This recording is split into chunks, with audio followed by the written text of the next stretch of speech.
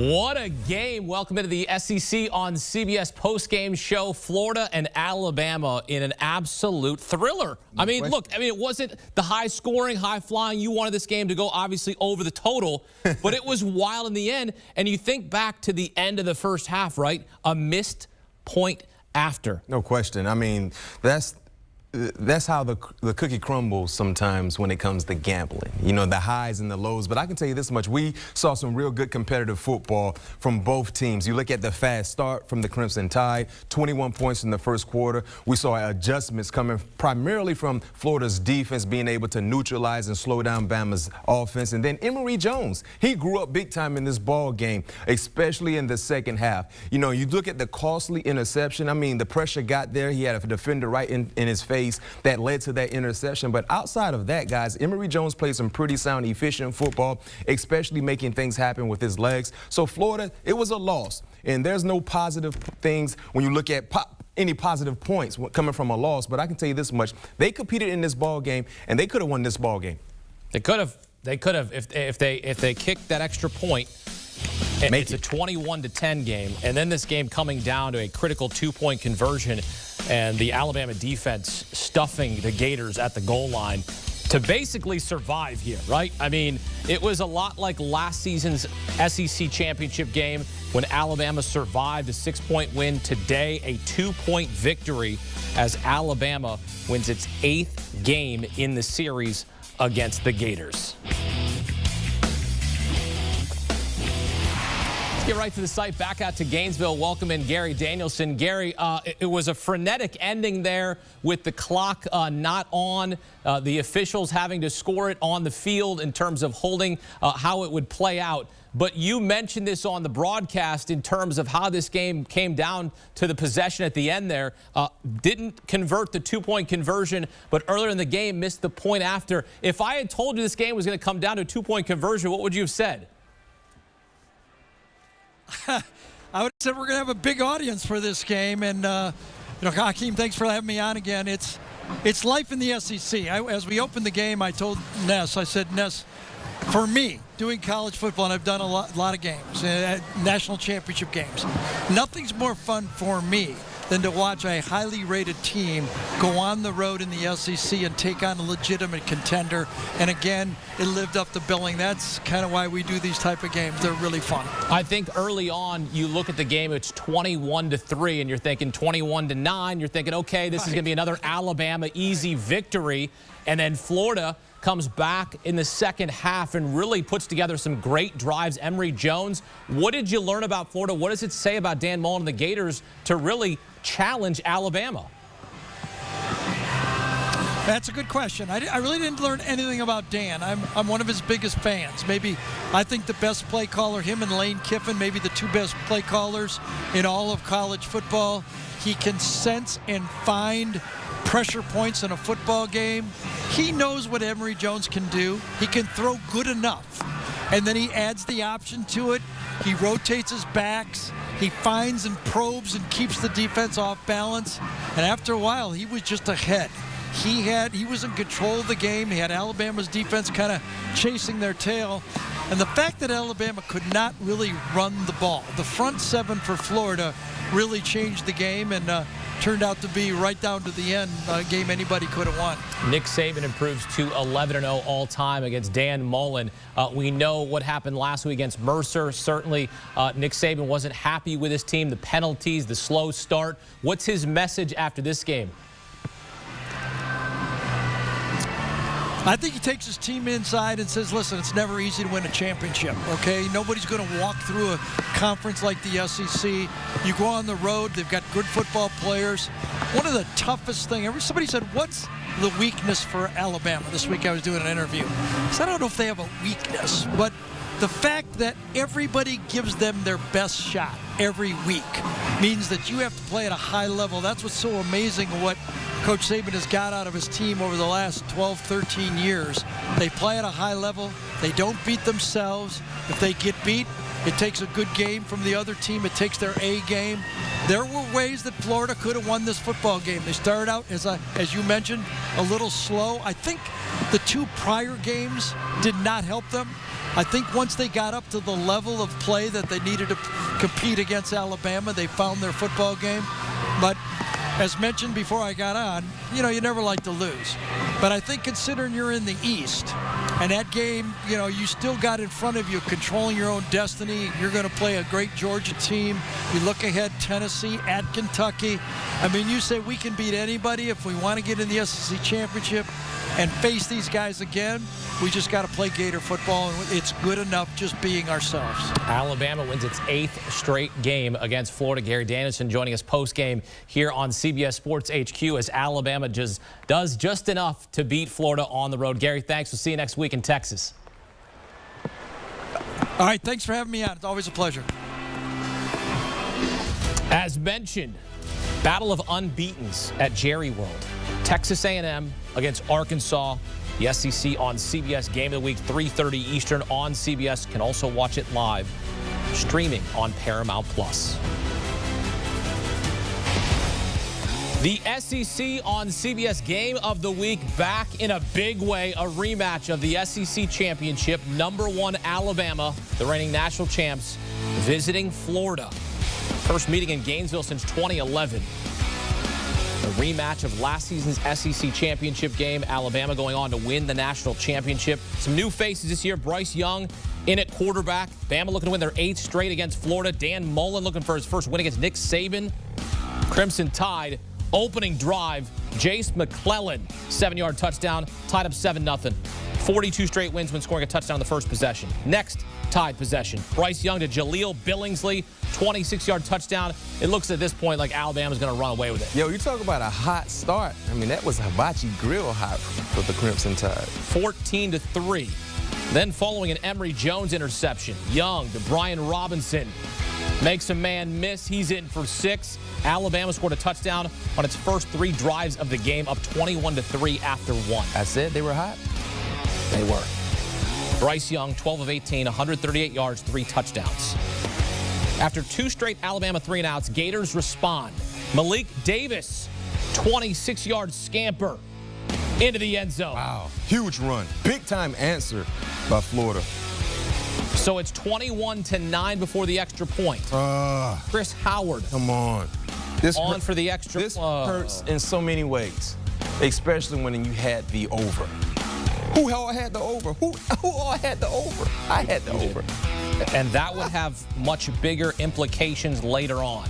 Opening drive of the second half, 4th and 1. Dameon Pierce up the middle. 21-16 game. The Swamp rocking.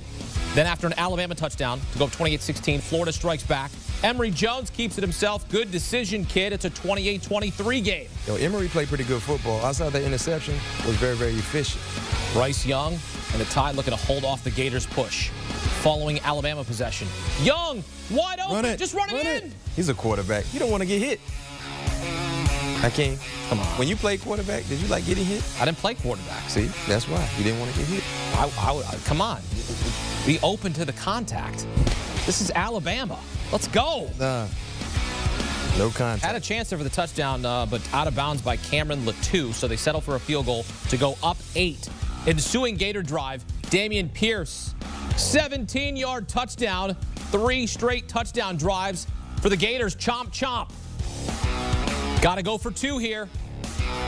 B-Mac, you didn't like this. I didn't like this call. You know what I mean?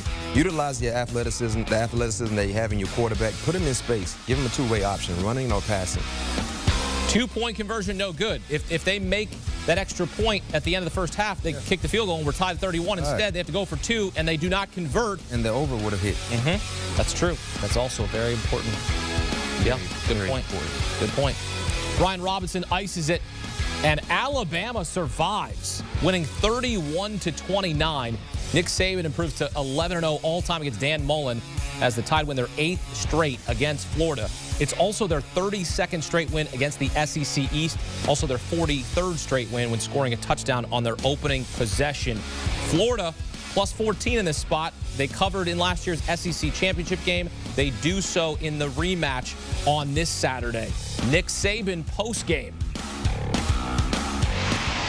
I know consistency is a word that we're big on today, but was resiliency the answer in the end? Well, I think so, and I think the offense did a great job of answering the bell in the game.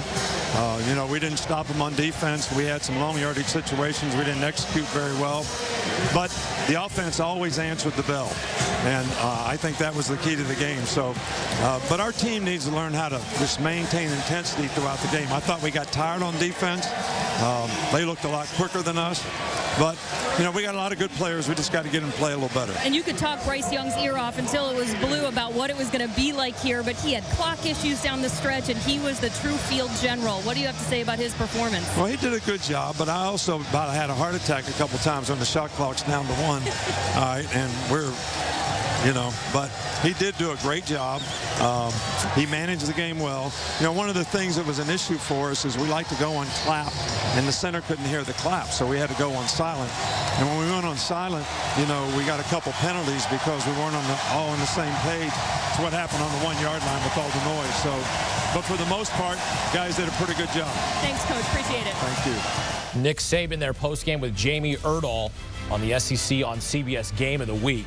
Bryce Young said, Nick Saban said that Bryce Young did a great job, managed the game well, but he said his team needs to learn how to maintain intensity, and that's the point here, because Bryce Young throwing 3 first-quarter touchdowns, but then rest of game, nothing. It was almost as if it was, hey, we're going to run you out there, we're going to score a couple touchdowns, and then we're kind of sit here. Yeah, and I think Bill O'Brien, I wouldn't be surprised if the first 12 to 15 plays were scripted, where the offense knew exactly what they were going to do, when they were going to do it, and then when we got out of that scripted format, you kind of just were calling the game. And you didn't see the adjustments, but when you transition to Florida, on both sides of the football, they made big-time adjustments. Well, Bryce Young, in the end, leads his team to victory. Now the second player in Alabama history to throw 10 touchdown passes through his first 3 starts, joining Mac Jones.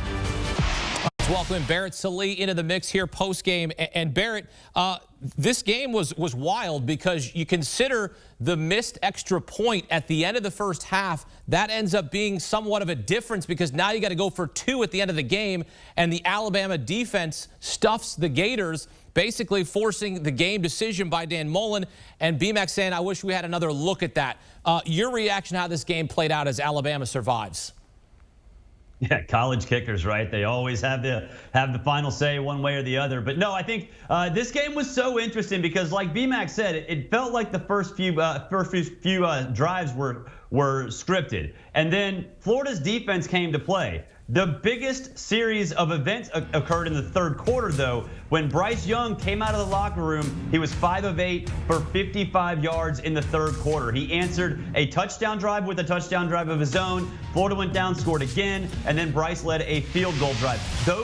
That third quarter was the most important part of the game because clearly Florida found something offensively. Dan Mullen went more with a zone read option type scheme with Emory Jones because we all saw just how miserable he was and how uncomfortable he was throwing the ball in the first half. So he found a way to make it work, knowing that Anthony Richardson was clearly unavailable to play. And so in the end, I think it was sort of just a chess match between 2 really good coaches. Both made proper adjustments. But like you said, that extra point really did loom large for the Gators, and you have to tip your hat to Emory Jones. He got booed in this game. He found a way to come back. He wore Alabama's defense down. You heard Nick Saban say it right there that his defense was worn down. But and then Bryce Young, man, what a performance from a guy making his first true road start. And then you think about this, guys.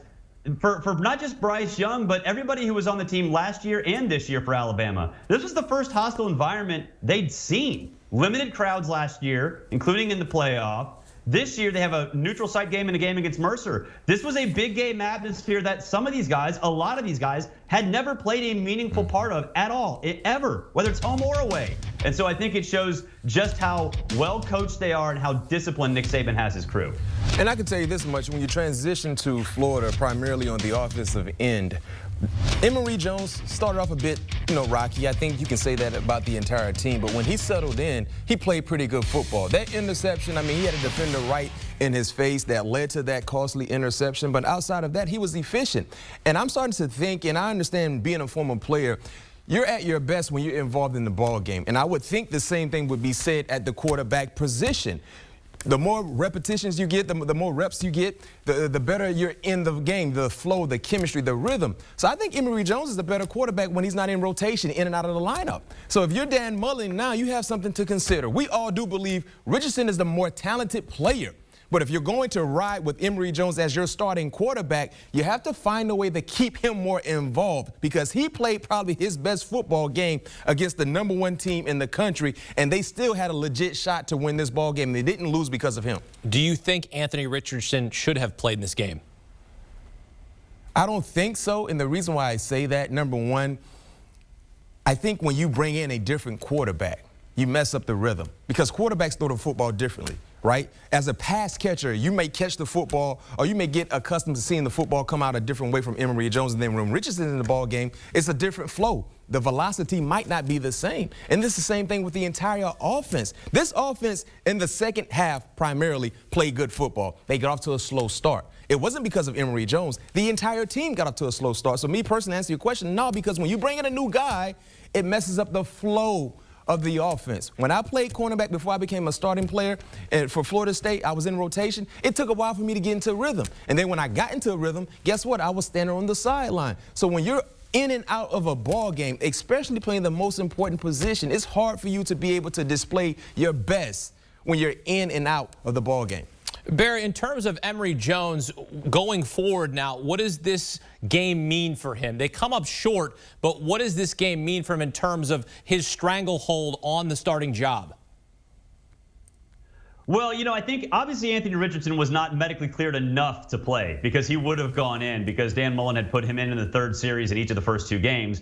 And there was nothing to suggest that Emory Jones did enough to lock down that job in those first 2 games. But I think what it did is it gave Dan Mullen a really firm grasp of what Emory Jones can, and more importantly, can't do. Because obviously the passing game is a struggle for him. But what you saw was all different kinds of option. I mean, you name it, you empty the playbook. There were option plays all over the place. That's what Dan Mullen was successful with at Mississippi State, not just with Dak, but also with Chris Burrell and with Nick Fitzgerald. So this is his bread and butter. And I think maybe Dan was trying to force Emory Jones to be somebody who he really wasn't, or isn't, or at least not at this time, trying to force him to become a passer. And what we saw when you run the pure Mississippi State offense, which is what we saw from the second quarter on, Emory Jones can be effective, not just because he can run the football, but he can make things happen off the play action, because everybody's got to keep an eye on him on the ground. So what I think this tells Dan and Florida fans and Emory Jones moving forward is that, yes,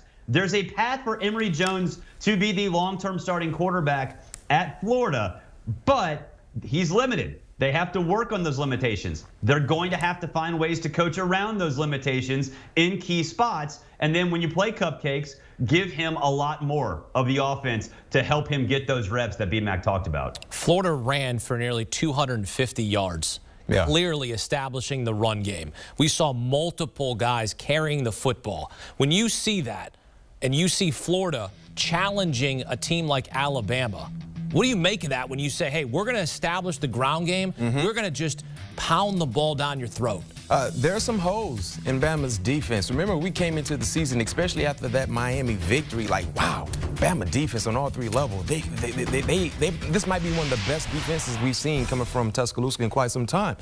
Then second game against Mercer, the same thing. But what I saw today was they have some holes on their defense, especially at the line of scrimmage. That 99-yard drive led by Emory Jones was a thing of beauty.